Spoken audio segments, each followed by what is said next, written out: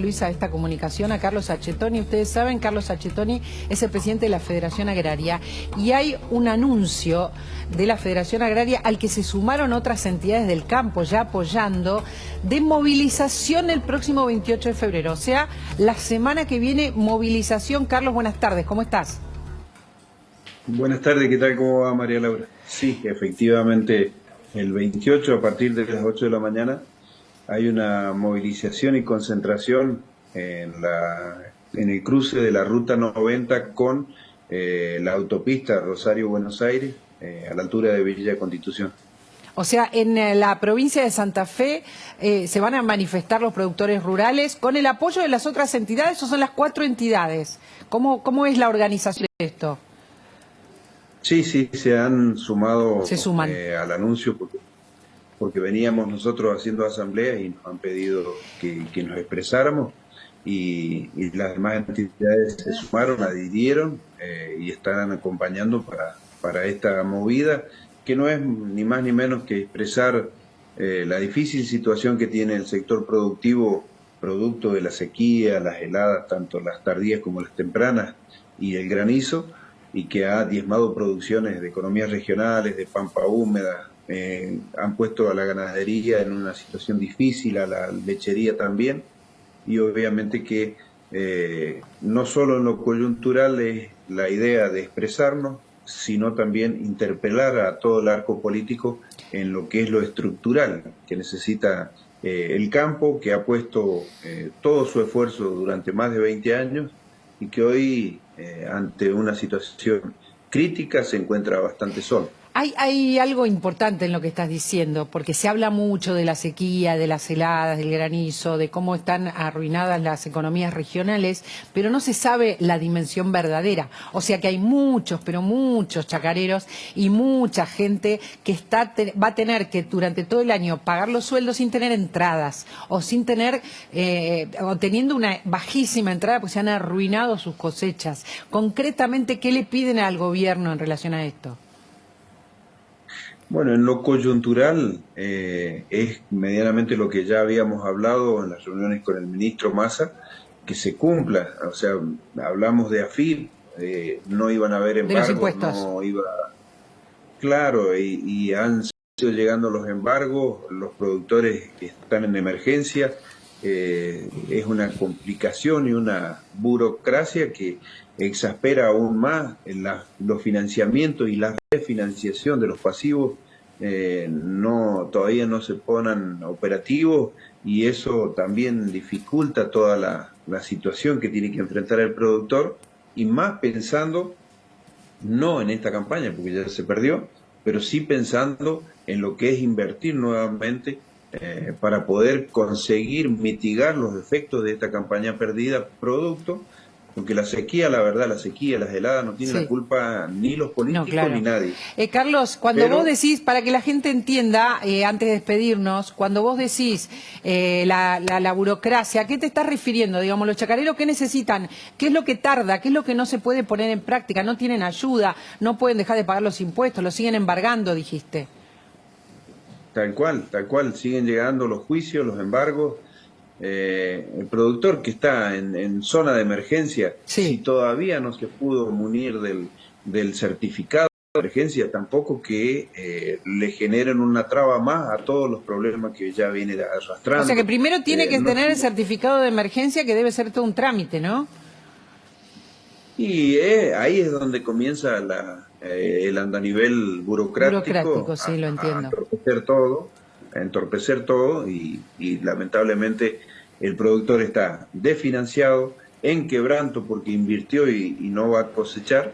No solo que tiene una situación difícil ante AFIP, tiene una situación difícil para sobrevivir como productor y para poder seguir produciendo. A ver. Y esto es lo que queremos manifestar fuertemente, que deben cambiar las políticas, porque no puede ser que sector se quede Es con un 30%. Carlos, ¿sabés en qué me quedé pensando y me parece importante y lo quiero sumar a Rubén Rabanal? En que la mayor parte de los chacareros, lo hemos visto en la famosa manifestación de 2019 y 2010, de todo este lío que hubo y esta pelea del campo, la mayor parte, 70%, dicen los estudios, a veces más, son chacareros que ni siquiera tienen las herramientas para hacer los pequeños productores el certificado de emergencia, hacer los trámites burocráticos, tienen un contador para hacer la declaración jurada o los balances, no es que tienen la plata para todo este rollo, ¿no? A ver, el contador en algunos casos es un costo que es les es difícil afrontar. Alto. Está claro, por supuesto. Lo que pasa es que hay un fantasma político atrás de esto, que esta es la realidad, el fantasma político que se instaló desde la 125 como un mensaje de que el campo es una gran colección de latifundistas gigantescos que viven expoliando a la patria. Pero me parece que esto es lo que hay que decir. Eso es de la época eso es de fines del siglo XIX, hoy ya no existe esa realidad. Esto es lo que hay que explicar, Carlos. Ponele hasta la década del 30. No, hay que explicar el lío que es para la gente del campo, todo esto que le están pidiendo para pagar menos por esta campaña. Sí, aparte de explicar esto, lo que queremos explicar clara y contundentemente es que la gente se cansó de aportar y aportar indefinidamente, quedarse con el 30% de la producción y el 70% entregárselo al Estado, y que cuando hay una emergencia, el productor se encuentre solo o con un paliativo que realmente no contribuye. Queremos hablar de temas trascendentales con toda la política, no solo con el gobierno, con todo el arco político, con lo que se refiere a dualidad cambiaria, a retenciones, el retiro de las retenciones, que haya un seguro multirriesgo que permita sortear estos baches productivos sin que haya productores que tengan que salir del circuito, generar una reparación histórica de las economías regionales porque son el motor de la generación de empleo. Estas son cosas fundamentales. Son un montón de cosas. Que hablar. Un montón. Massa, la última vez que le preguntaron por el campo o la última vez que habló, dijo que estaban en conversaciones. Él supone que no va a estar esta movilización. ¿Esta movilización está confirmada? ¿Tendrá forma de caravana? ¿Cómo va a ser? No, es para concentrarse en ese punto, desde donde cada productor se vaya a movilizar, para poder expresarnos a la vera de la ruta, llamando, interpelando a toda la clase política en un momento crítico de un sector que en diciembre hizo el último esfuerzo para que el gobierno pudiera sortear sus necesidades económicas, pero que hoy necesita que lo entiendan, lo atiendan, y lo ayuden a salir adelante, porque la verdad es el motor de la Argentina para poder salir de todos los problemas que tiene. Claudio, lo que está diciendo Chetoni es que en diciembre lo que hizo es vender el cereal, ¿verdad? El famoso dólar soja. Viene el soja 3 y cómo lo espera el campo. Bueno, la verdad que nosotros hemos repudiado el soja 1, el soja 2 y si hay un soja 3 también, porque siempre da beneficios a sectores concentrados, no al productor. Claro. Y le complica la vida al que no produce soja, porque los arriendos se fijan en quintales de soja, le aumenta el valor, le distorsiona la alimentación a los que hacen proteína cárnica o tambo, porque los productos que tienen componentes de soja se incrementa su valor, y le distorsiona a las economías regionales los insumos, porque también toman el ritmo de ese valor soja. Carlos, muchísimas gracias. Esto es parte de algo que estamos hablando hoy con Juan Luis Burr, que tiene que ver con el deterioro. Gracias, Carlos, por habernos dado toda esta información. Tiene que ver con el deterioro. También en el mapa que no ve el gobierno y que no ve mucha gente, no solamente el gobierno, donde están los informales, que son más del 50%, donde está el deterioro del salario, donde están los que tienen una carrera y sin embargo no ganan nada, donde están los jubilados también y donde están... un montón de cuestiones que no se ven, está la gente del campo que es chacarera, ¿no? Se tiene esa mirada, no está en el mapa, los verdaderos chacareros no están en el mapa del gobierno. El 70% de pequeños productores que la están pasando muy mal. En general, lo que el gobierno siempre prefiere es negociar con pocos, por eso los dólares soja 1, soja 2, soja 3. Ya lo decía Guillermo Moreno, él prefería negociar con los feedlots, con 3 o 4 feedlots, y no negociar con 100.000 productores ganaderos. El gobierno siempre ha propiciado estas distorsiones, el Frente de Todos lo ha hecho. Digamos, la solución no pasa por ninguna ingeniería especial. Uno tiene que mirar el mundo, qué hace el mundo. Claro. Es decir, lo que es bueno en general no es inventar la pólvora, sino copiar lo que hacen los demás. Bueno, acá lo que hay que hacer es copiar lo que hace el mundo. El mundo no tiene este invento de las retenciones, en primer lugar, de todo este tipo de cosas.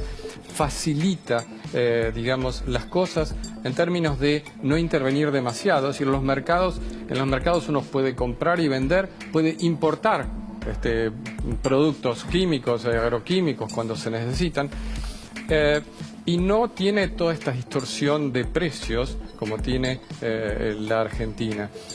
Ir hacia eso es complejo porque requiere además poder tener un buen sistema tributario, es decir, poder cobrar impuestos al que no quiere pagar impuestos. Y siguen cuidando la mesa de los argentinos. Bueno, sí, porque eso es lo que dice el kirchnerismo históricamente, te pone las retenciones para cuidar la mesa de los argentinos. Milanesa para todos. Claro. Y pongámosle nombre. ¿Qué dijo Achetoni que está diciendo Juan Luis Burr? De quienes están hablando es de los exportadores, porque es mucho más fácil cerrar con los exportadores, que fijan después el precio que le pagan a los productores. Por eso es que el dólar soja 1 y 2, tanto la Federación Agraria como las otras entidades lo rechazan. ¿Por qué? Porque al final el precio que se pagó no es el precio que se propuso, porque al final lo terminan fijando los exportadores de acuerdo al volumen de la oferta que tienen. Este es el problema, y esto es lo que está atrás de arreglar con esos pocos, que son los que ponen la cara por el gobierno, que son los que Massa adhiere, y que es, en definitiva, por ejemplo, el que es hoy el jefe del gabinete de asesores de Alberto Fernández, Antonio Aracre. Esos son los nombres y apellidos que representan lo que están diciendo las entidades del campo, que son los que los perjudican. Y que no son los grandes los productores que hacen nuestro país, son una porción, como dice Claudio, 3 o 4, ¿no? Sí, y un último punto es, lo que no se entiende es que esta política de retenciones, la política de estos impuestos, lo que hace es perjudica sobre todo a lo que no es la pampa húmeda, al resto de la región argentina. Es decir, uno debería ver a los productores, a los gobiernos de Santiago del Estero, de Tucumán, de Formosa, ponerse en contra del sistema de retenciones para facilitar la producción en sus campos, que son eventualmente menos productivos que la pampa húmeda. No lo hacen porque, digamos, es política. Todo esto queda abierto. Tenemos la suerte de tener un especialista y nuestros periodistas que lo analizan como nadie. La idea es tratar de ver qué Argentina hay, más allá de la que cuenten que hay. La verdadera, la que existe, la que tenemos.